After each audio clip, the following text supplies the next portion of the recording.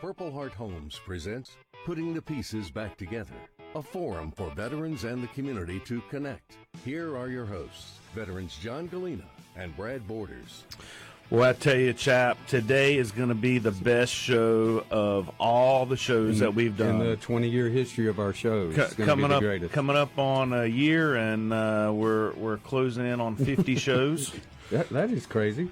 It is. Okay. It is really crazy. Yeah. Well, welcome to Putting the Pieces Back Together, presented by Purple Heart Homes. Purple Heart Homes is a 501c3 based out of Statesville, North Carolina, but we're a national organization helping veterans solve housing issues through safety and accessibility renovations, tiny homes, and other things. And we do that nationwide. You can find out more about us at PHH USA. That's PHH USA. You know, I got to say, I've done a lot of show prep, and in the process, thinking about how to introduce today's guest must be the hardest to introduce of all the guests that we've had on to date. You know, we had John Falconberry, retired Army Colonel, on the show here a few weeks ago, who is now the Executive Vice President of the Congressional Medal of Honor Society. And today we get to have on the show Medal of Honor recipient, retired Master Sergeant Leroy Petrie. Leroy, awesome. Welcome. Thanks for being here. Good morning. Thank you for having me. Yeah, good morning.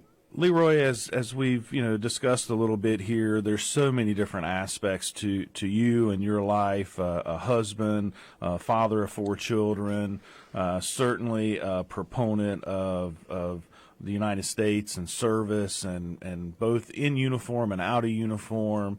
You know, one of the things that I heard you say in one of your videos that you had put out on YouTube is that while you may not be able to wear the uniform and kick indoors and take out bad guys, you're helping those that have, right? Now your service and commitment is to take care of other veterans and take care of soldiers and bring inspiration to them. And so I don't want to detract from your story at all, but we really want to allow you to share it in your own words, because you lived it.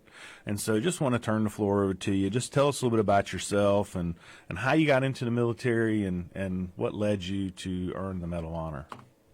Well, I grew up in Santa Fe, New Mexico, middle of 5 brothers, sorry, actually 6, but it was young boys. Back then we had maybe a Nintendo later on when we got a little bit older, but a lot of outdoors, riding bikes, doing what kids do, play Army. Yep. Watching all the shows that we watched growing up, G.I. Joe. The cartoon was great because at the end of the cartoon, it always had a message. Yeah, knowing is half the battle. Yeah, there's a positive message, and it says, well, now you know, and knowing's half the battle. Mm-hmm.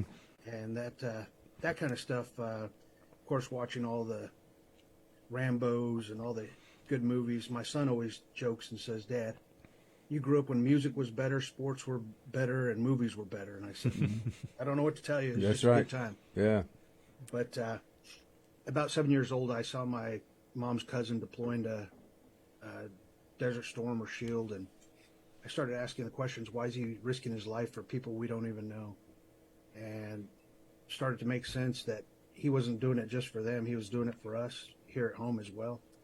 And I realized that I'd been taking everything for granted in my life, and I felt entitled just because I was born here, but somebody had always stood for and protected our borders and our freedoms and our rights and our way of life, and I said, I want to do that. Somebody gave that to me not knowing me. I want to do that for the next generation, and that's why I signed up. I joined prior to 9/11. There wasn't a war. I joined because I wanted to make a difference to the people to my right and to my left. And then I started deploying shortly thereafter, Germany on the way to Iraq or Afghanistan. My idea of seeing the world wasn't the best part of the world, but we made it better by being there. And after a few deployments, my wife didn't want me to redeploy. She said, you've done your part, let somebody else do it, just stay home and find something else. And I came home on my birthday, and she opened the door, big smile, happy birthday. And I said, honey, I re-enlisted for 6 years today. And the smile kind of dropped a little bit, but she realized that it was important to me, and I got to tell her and a lot of people that I got to see the difference we were making. The roads that were being built in Afghanistan, the schools, the women. I spoke to one of the women in Parliament. It was tremendous change from the first deployment in 2002, I think, to my last trip there in 2018 or so, that I saw the change. And that's what kept me going back, was that and the fact that we hadn't had another terrorist attack on our soil since 2011.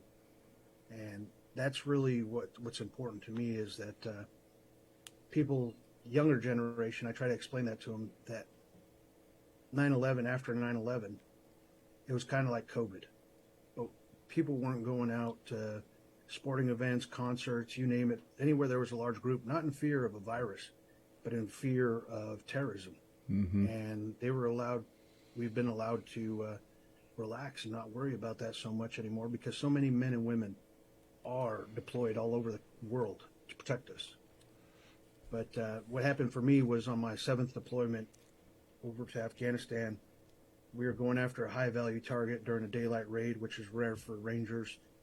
But as we started to move out on 3 helicopters, the enemy hears us from miles out probably, and was fortifying. And the high-value targets usually have a better protection security detachment with them and fight a little harder. And so going out in the helicopters, I'm thinking through my mind about all the contingencies. If somebody gets injured, I knew we would probably take a casualty, being that we were on a more even battlefield.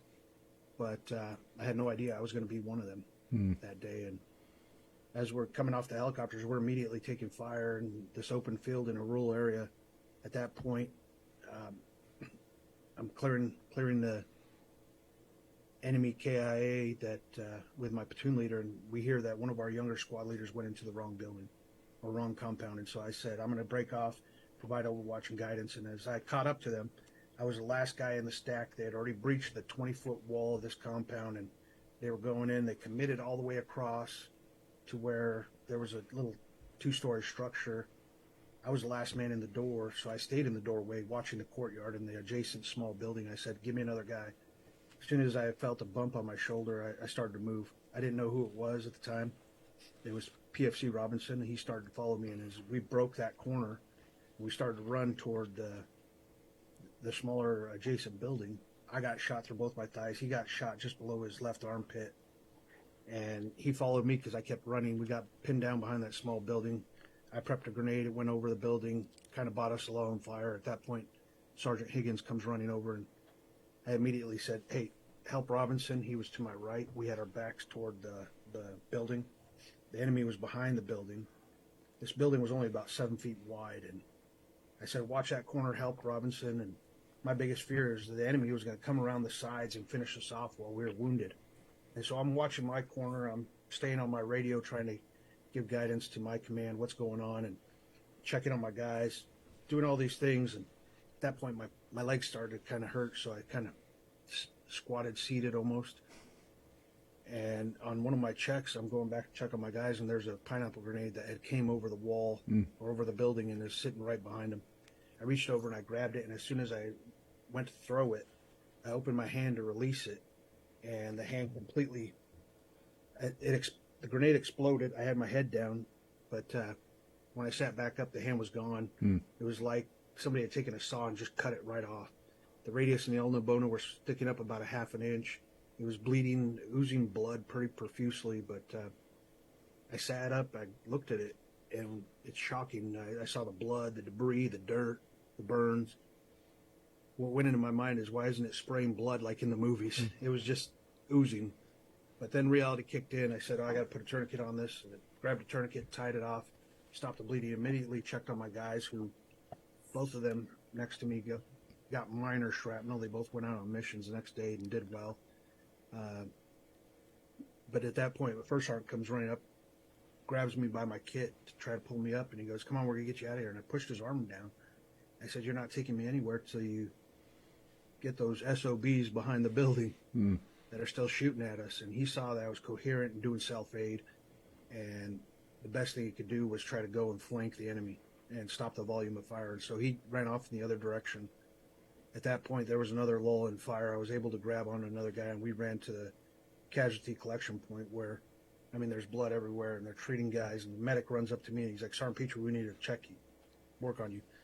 I said, I'm good. I already got a tourniquet. I already stopped the bleeding, help those guys. And he said, we got guys to help them. We need to look at your legs. I completely forgot about my legs. I looked down, and my pants are soaked in blood all the way to my boots.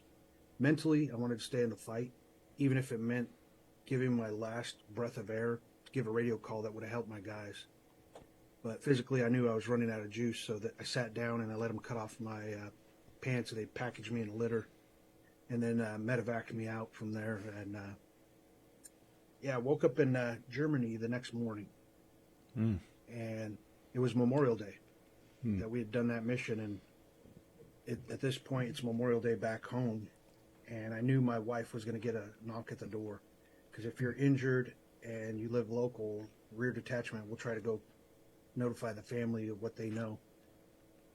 And so it was early morning, Memorial Day. My wife was in the living room with my mother-in-law. She would sometimes come into town to help with the kids during deployments, and she went to the door after she heard the knock. They were in their nightgowns having coffee, and she saw the tan beret.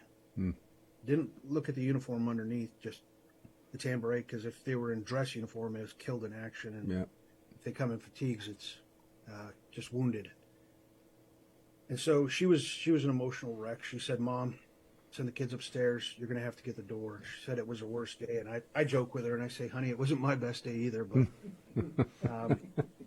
when I got to Germany, I knew this was going to happen. And so I'm trying to think how I can put her at ease, mind at ease, that I'm in good spirits and I'm doing okay. And so I get a call home and she answers the phone. I said, honey, I'm in Germany. I lost my right hand at the wrist, and I got shot through both my upper thighs, and phone's dead silent, no response. And so my hamster starts running on the little treadmill upstairs as fast as he can. What are you going to say? What are you going to say? And finally I figured out what to say. I said, honey, guess what? The junk's still there. She smiled and she's like, all right, he's going to be okay. That's hilarious. Of course. Yeah, why wouldn't you do that? So the round that went through, you took one round through both your thighs? We're not sure if it was one round or two, but the guys were probably 15, 20 feet away, and 7.62 at 39. Yeah, that's close. Yeah, it was a miracle. It missed all the arteries and all the bone. Yeah, and no nerve damage either, I guess.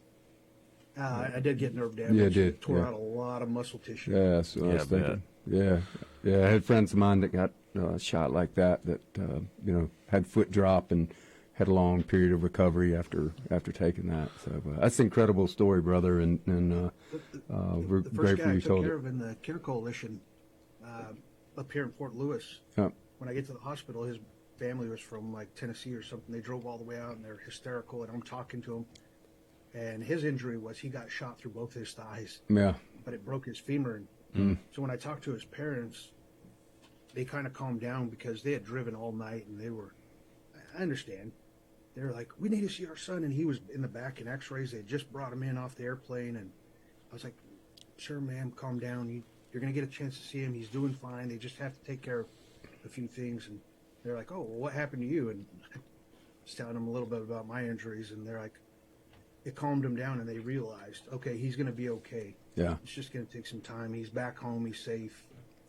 And, it's different, though, because you never get back to where you were. You got to start your new normal. For sure. And find out what you can and can't do. Hey, well, thanks for what you do with the CARE Coalition. I was intimately involved with those folks for a lot of helping a lot of folks, and so they're really good people. There was a guy that took care of me. He was my liaison in San Antonio, but what I saw was he not only took over the SOCOM folks, he took care of everybody. Yeah. Other units that maybe weren't doing as good a job, or for sure, it's filling in the cracks, and that's what inspired me to re-enlist. Yeah. Well, it's time for our break here. We're going to have to pause you there for 1 second, and we'll be right back where we'll hear from Devil Dog Devin, and then we'll learn more about Master Sergeant Petrie's time in the 75th Ranger Regiment.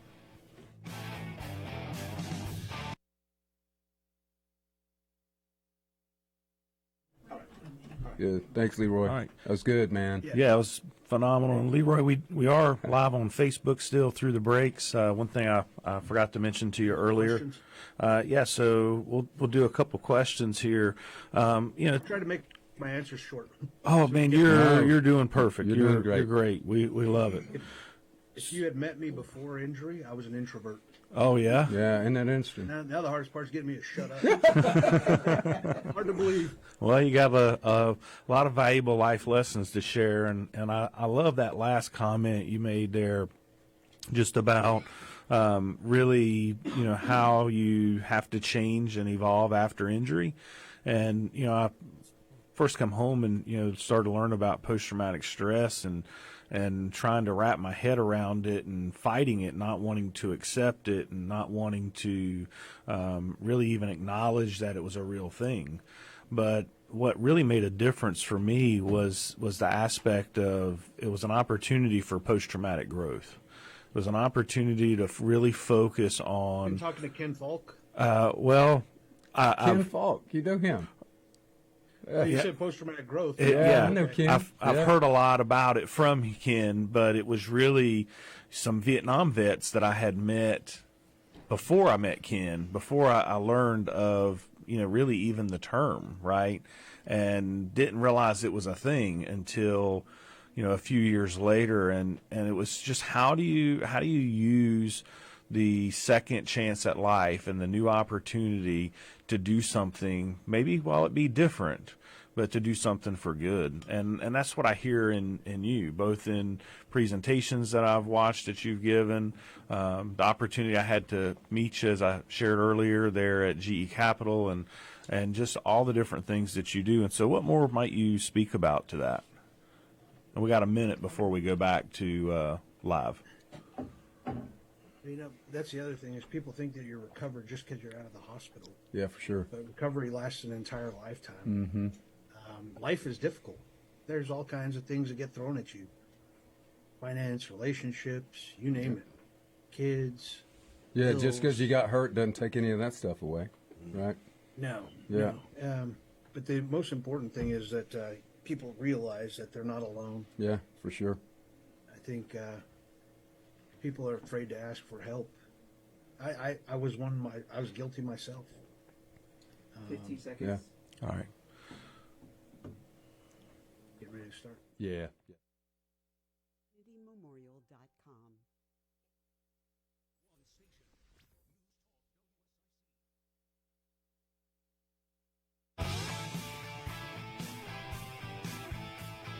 Welcome back to Putting the Pieces Back Together, presented by Purple Heart Homes.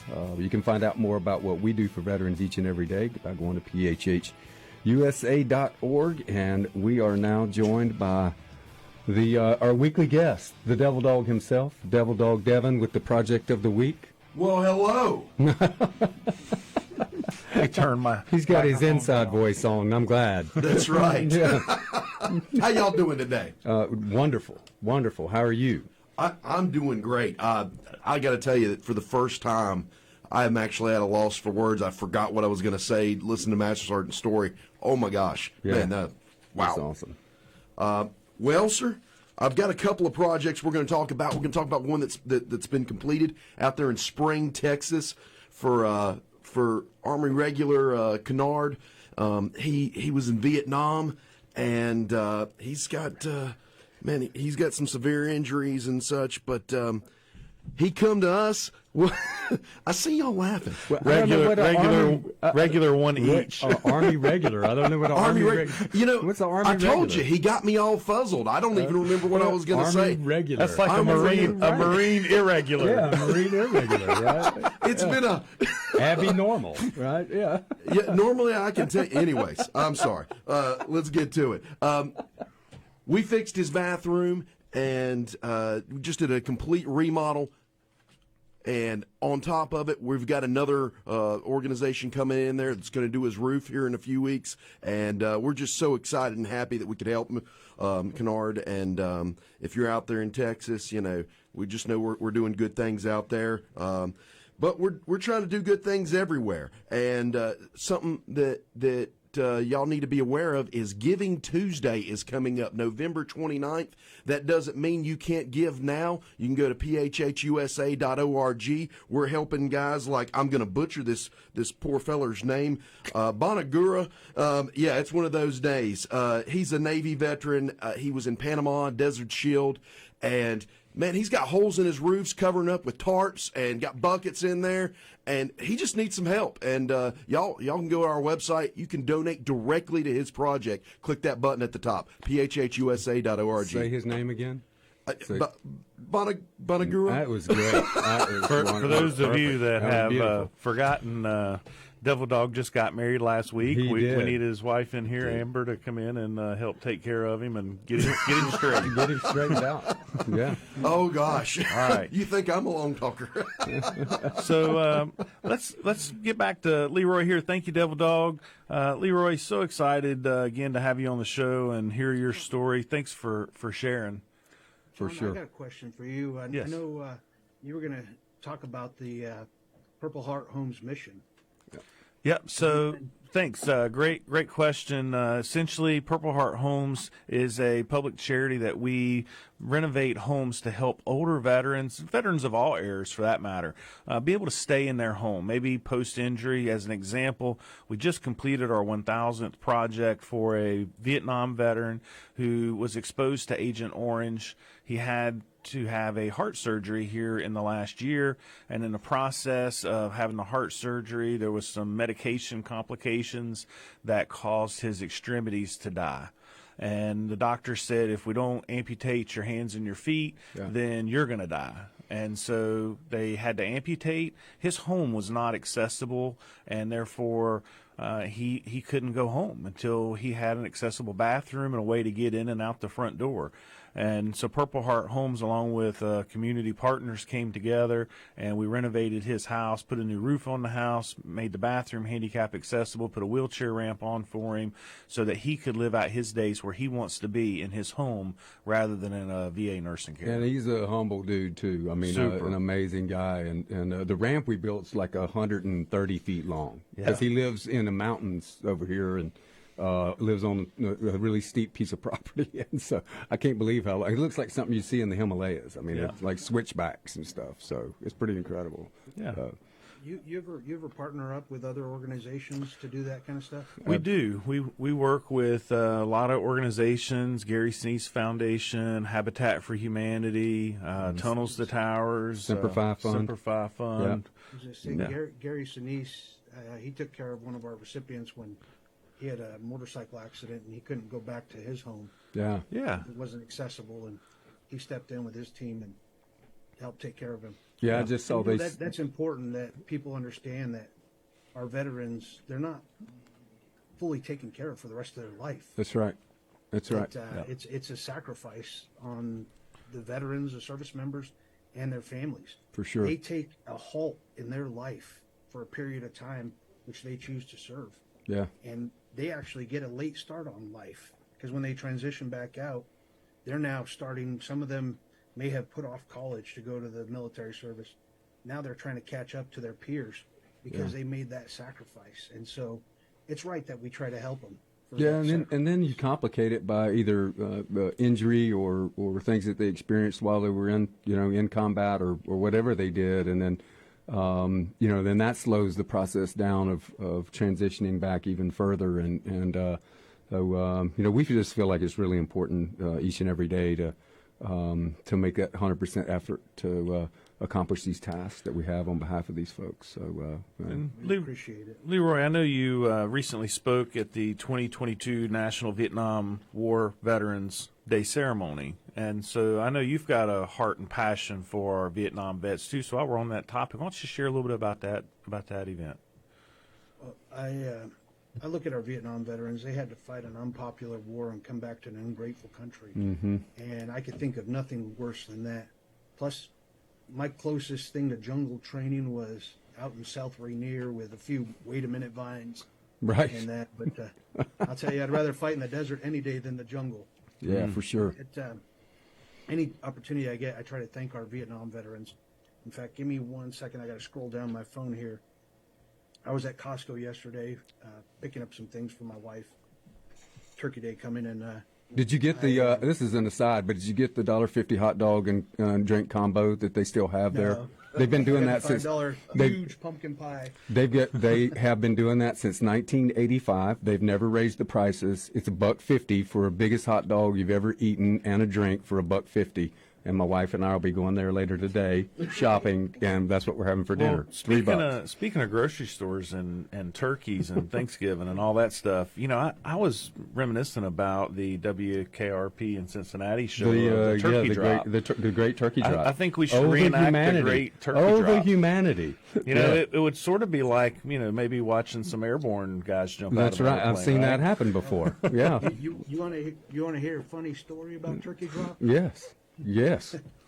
So, I think it was my old platoon sergeant. He was a liaison, and they were working with the Indige forces in Afghanistan up near Kabul, and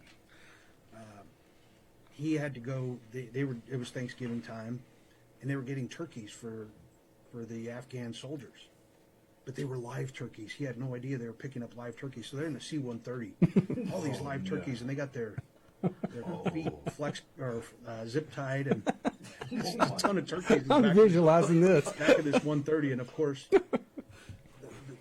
they get to the airfield where they're supposed to land, and its conditions aren't good for them to land, so they got to circle. And him and I think it was a Navy SEAL guy, prior Navy SEAL guy that was there with him, and they're like, "I was a jump master.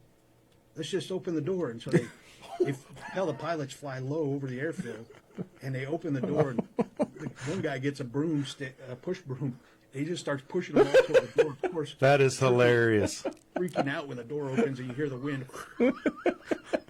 Hilarious. Of course, So the tower calls and says, "You don't land. There's dead birds all over the airfield. We think we're being attacked." Nuclear.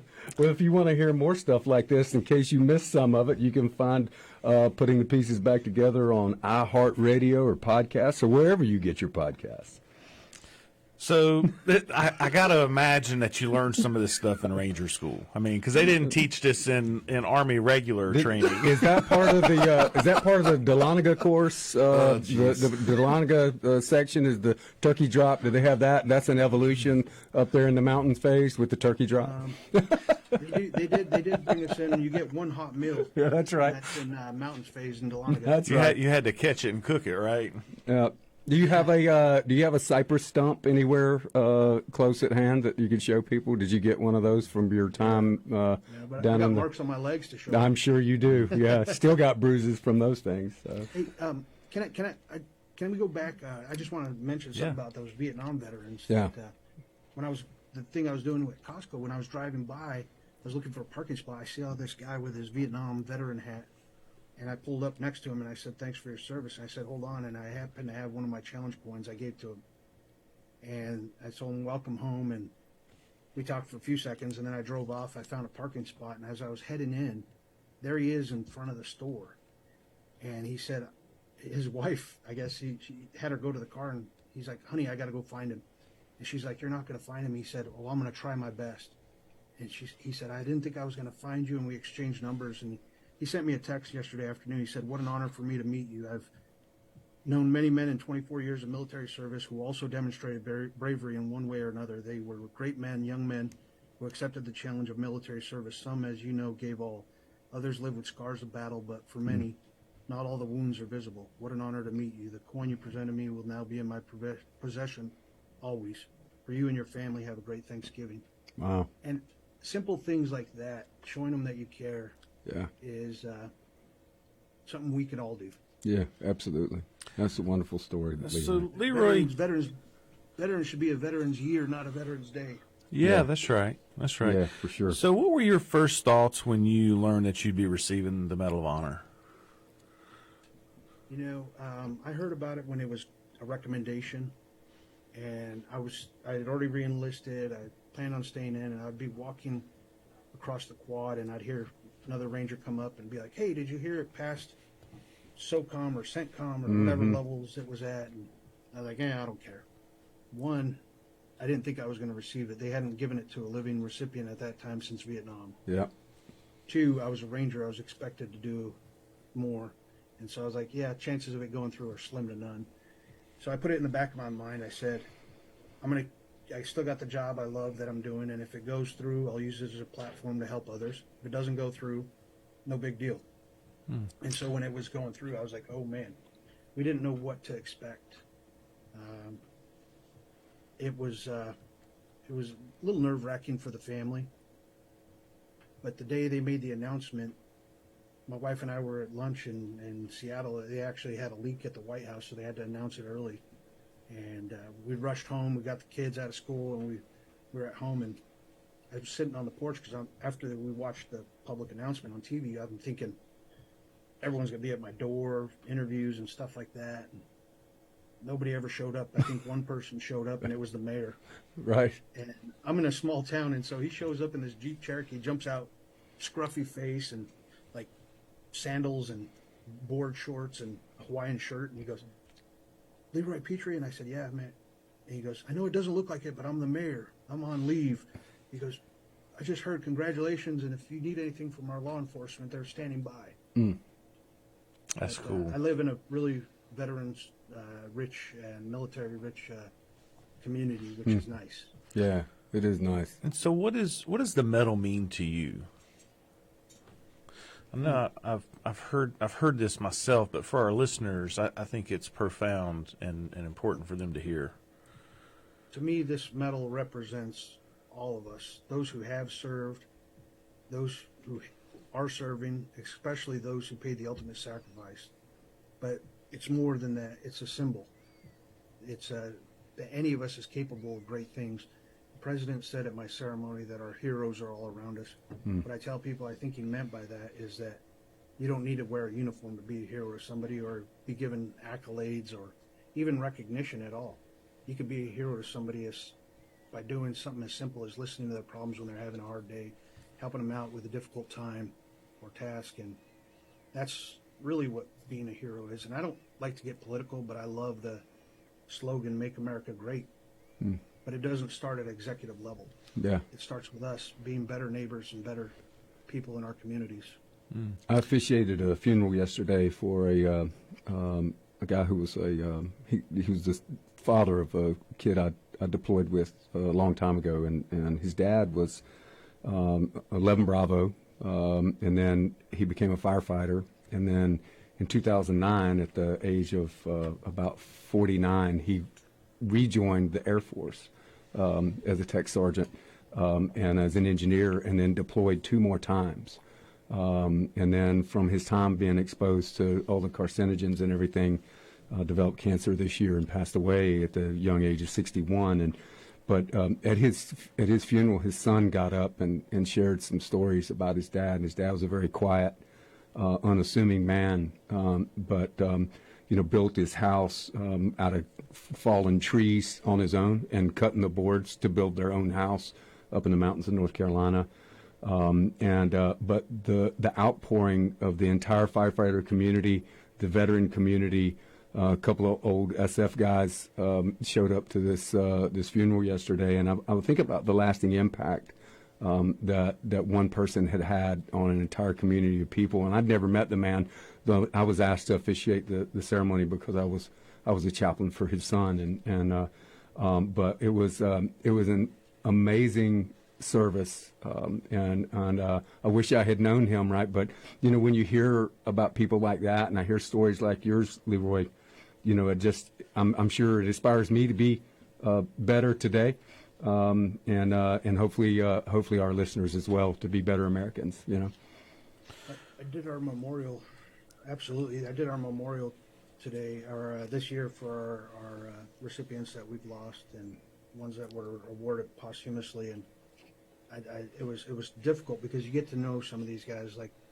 family, and yeah, I told them that none of them are actually, no one's ever really gone, that they leave little pieces of themselves with every one of us by how they inspired us and how they lived their life. That's exactly what was said yesterday at that funeral. That's exactly what was said. We're going to cut the commercial break. We'll be right back, and we will hear more of the work that Master Sergeant Petrie is doing now with his platform with the Medal of Honor.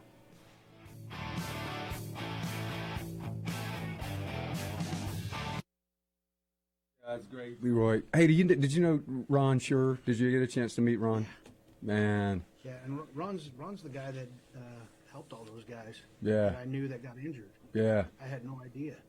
Yeah, Ron and like Matt Williams. They were all teammates together, and then you got Plumley's up here at the first group. yeah, right. Yeah, yeah. And you got Pat Payne over at Yeah.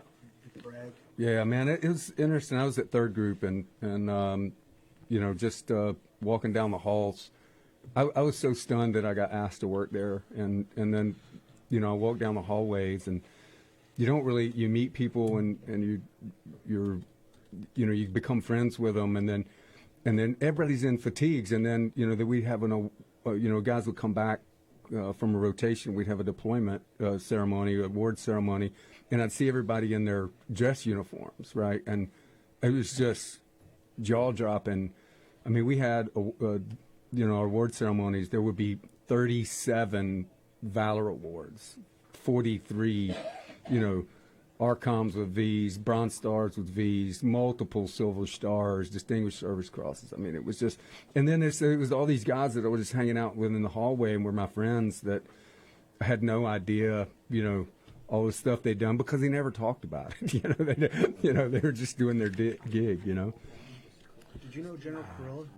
I never met General Carilla, but I'm very familiar with him. Yeah. He's CENTCOM now. And, yeah. Just to shorten it. When I went down to First Bat when they did an award ceremony, this was years ago, and it was St. Patty's Day, and Admiral McCraven was doing it. And Yeah. He got up there and he said, when I left JSOC to take over SOCOM, he was SOCOM commander at the time. He said, they gave me this coffee mug. I still drink coffee out of it every single day. And he said, on the side of this mug, it says, God created Rangers so that SEALs could have heroes too. It was Carilla that gave him that mug. Yeah.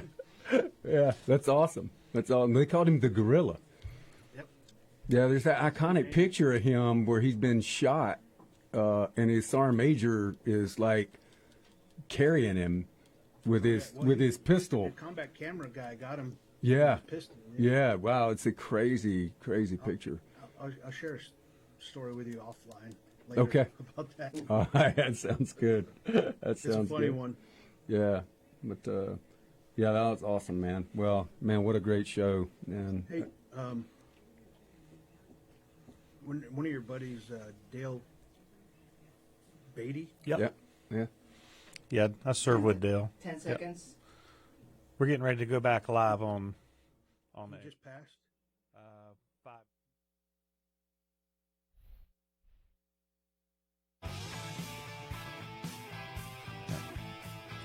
All right, we are back live here on Putting the Pieces Back Together, presented by Purple Heart Homes. And on today's show, our guest and friend is retired Master Sergeant Leroy Petrie, 75th Ranger Regiment. Leroy, it is great hearing all these stories. And one thing I'm really anxious to hear about is as you've shared what the Medal of Honor means to you and the experience that led up to your receiving the medal. And you have this new platform. And so I'd like to hear, and for our listeners to hear firsthand, what it is your goal is to accomplish and what your desire is for the community at large and how they should respond to veterans. I think our goal is, as a society, is just to leave this country better than when we found it, and to make positive impacts in anything we do. For me, I think for veterans, it's important to tell our civilians that not everyone can serve. Even the ones that desperately want to sometimes get disqualified because of a medical reason or whatever. But we need our patriots as much as we need our veterans. We need the doctors, we need the CEOs that can fund these nonprofits that fill those gaps for our veterans and our military that our government can't cover down on. And that's the important side, is that since, well, only about 1/3 of the colonists supported the revolution, and without their support, we wouldn't be where we are today. And so we need to continue to have that support. And as veterans, we need to continue to recognize our civilians that support us and let them know that they're just as much part of the team. Because if we don't, we'll lose that support and we'll end up right where we were. But I think the most important thing I got asked was a young kid asked me, he said, well, I'm not probably going to serve in the military. How do we honor those who have served? And I told him the best way to honor those who have served is to be a person worth dying for, worth sacrificing for. Live a good life. Mm-hmm. That's the best way you could honor our military veterans, is be a good person. Yeah, for sure. Share that with others. Yeah, for so sure. profound. Leroy, just again, hearing you and having the opportunity to talk with you some, I'm curious, how would you describe a hero? Well, I tell my kids, Dad's not a hero. The heroes are the men and women that are still serving in uniform, our law enforcement, our first responders, everyone who provides a service to us. Dad's retired from the military. He gets to come and go as he pleases now. But there's a lot of people that are still doing it. And America will always ask for its sons and daughters to protect our freedoms, rights, and our way of life. And unfortunately, right now, we're not getting the volunteers in any of our branches. Mm-hmm. All of our branches are down. And so our veterans, I want to challenge you to inspire those younger generations to take the call to serve our nation and to defend it, whether it's at peacetime or at war. But I'm sorry, I probably went off. No, that's perfect. You're just amazing. I love hearing the response, just this idea and of how our particular generation of veterans views both society at large and the military, and the aspect of honoring the Vietnam generation specifically. And in your presentation at the National Vietnam War Veterans Day ceremony, you spoke about suicide rate and suicide rates among Vietnam veterans specifically. And that's some work that you focus on now, is suicide prevention, as I understand. So would you share a little bit about that? I got involved with an organization when I first got injured, and stayed pretty much involved with them. And we went to the past two DOD's and VA suicide prevention conventions, I think 2015 and 2017. And it was okay. Where you make your money was seeing all the resources and meeting the people in between. Yeah. But what we realized is that all these people that are committing suicide, they're not walking into a facility or calling a 1-800 number. No, they're not. They're isolating themselves and sometimes turning to drugs or alcohol and making that decision at a bad time. And how do we find those people? And so we started a program called Operation Warrior Call, and that's just asking people to reach out to your fellow veterans or military, and even if civilians, if they're your neighbor, walk down the street and just say hello and see how they're doing, have honest conversation. And that's really the only way we're going to solve this, is if people are honest. Yeah. The individuals themselves and people that talk to them.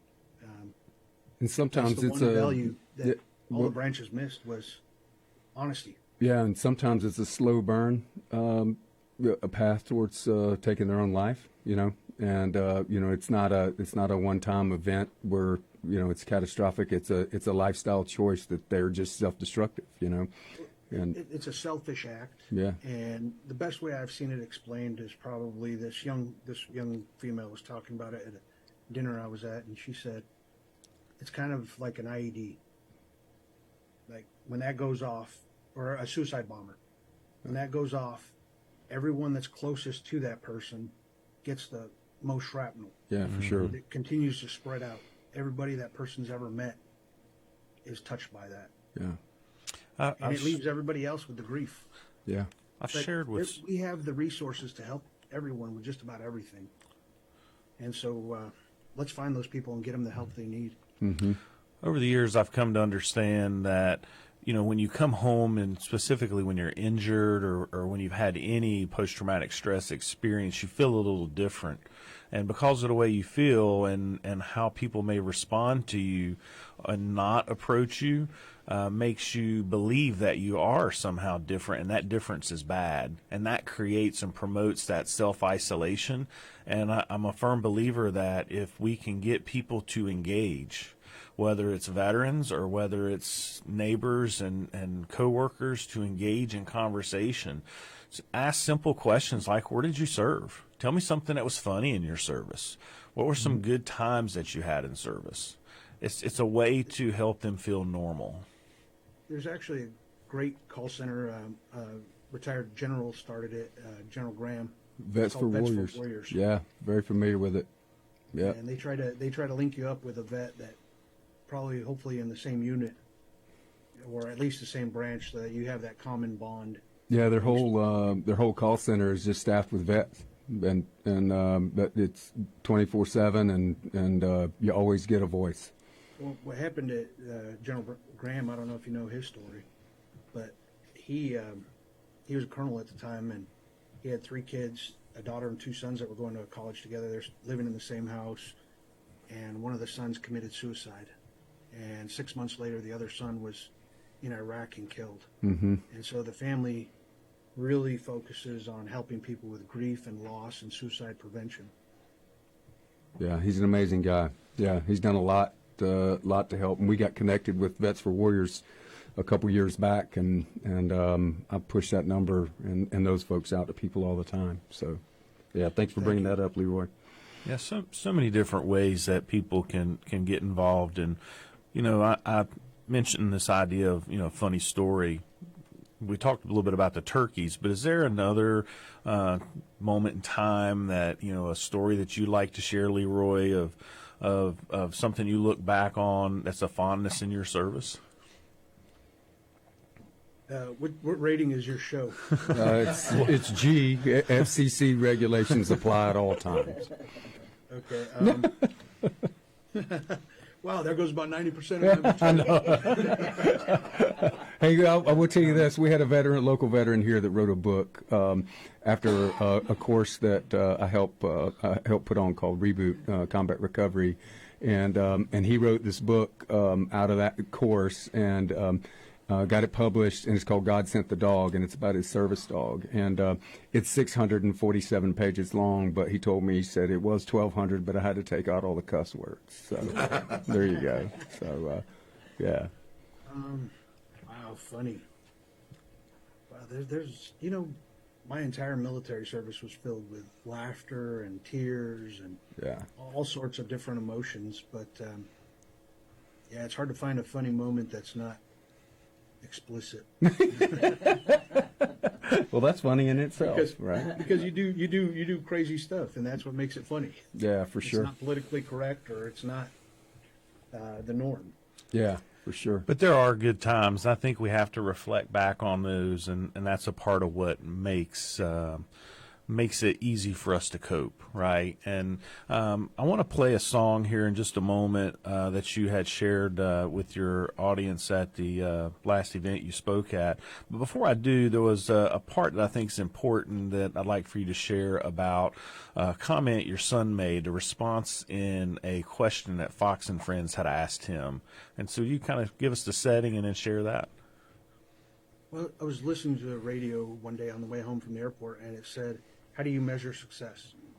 And thinking about that as a parent of 4 kids, I measure it by kids. And my son was 7 at the time. It was 2 days after the ceremony at the White House. We did the Pentagon ceremony the next day and flew out to New York. And 6:30 in the morning, I think it was, or so, we're at live TV, Fox and Friends, whole family on the couch, and they pan over to my 7-year-old at the time, and on the end of the couch, and they asked him, how do you feel about your dad receiving the medal, going to the White House and meeting the president? And so I'm looking down the couch going, oh, crap.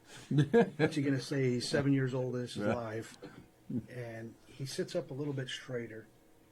He takes a deep breath, looks directly into the camera, and he says, I'm really proud of my dad, but I'm more happy that he saved some of his buddies and they're still alive. Wow. And I said, he gets it. And I wish every kid at 7 years old understood what it was about. Yeah. Yeah, that's phenomenal.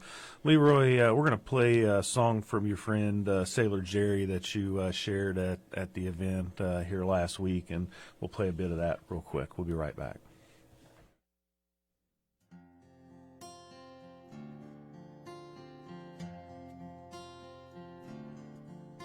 You packed your bags and shut the door.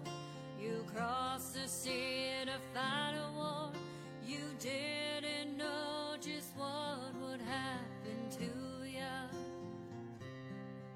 Stepped in the dirt, boots on the ground, and gunfire was the only sound. And to yourself you whispered hallelujah,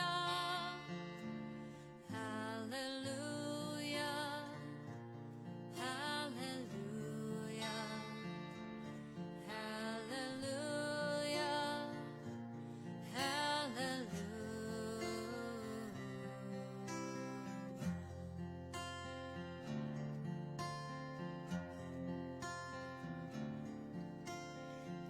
Every day and every night, you walk the walk, you fight the fight. You never saw the end in sight, now did ya? The days are washing our hairs off red, the blood, the mud, too many dead.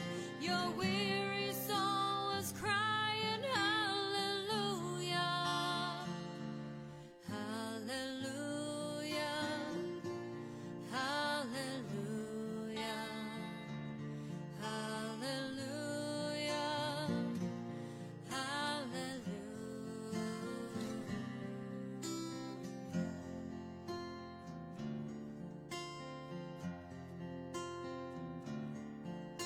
Too late to help you hear a shot. You know you're in a deadly spot. You never thought the day would come, now did ya? Your brother falls down to the ground. The enemy is all around, and from your lips you scream a hallelujah, hallelujah, hallelujah, hallelujah, hallelujah.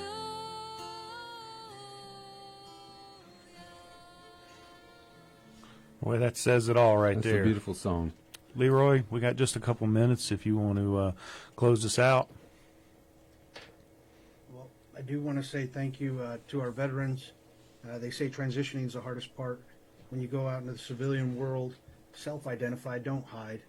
Be proud of your service. No matter what you did in the service, it was important, or else the job wouldn't have existed. Also, look for your veterans in your communities for support, and in your companies where you may work. Get together and have that camaraderie. Do good things for each other and the communities in which you live. And I know most veterans, the majority of the veterans, try to be good pillars in their communities, even after they serve. And so thank you for your service, to you and your families, and for your sacrifices. Yeah. Thank you for being here today, Leroy. It's an honor to have you on the show. And Honor's mine. yeah, I'm grateful for you. And thanks for your service. yeah. We're very grateful. Absolutely. So, Thank you. well, we got a great show coming up next week. Dr. Daniel Roberts will be here, and Dan was the very first NCO that I worked with in the Army almost 20 years ago, and he has set himself apart, got his doctorate, and he's the president and CEO of the Moral Injury Support Network for Service Women. And so it's going to be a great show with him, and it'll be good to reconnect with him. So, You know, a lot of people don't realize just the amount of trauma that females that have been in service go through, and so I'm really looking forward to learning more myself and hearing from Dr. Dan Roberts. So thank you all. Leroy, again, thanks for your service, and thanks for what you continue to do for our military and servicemen and women.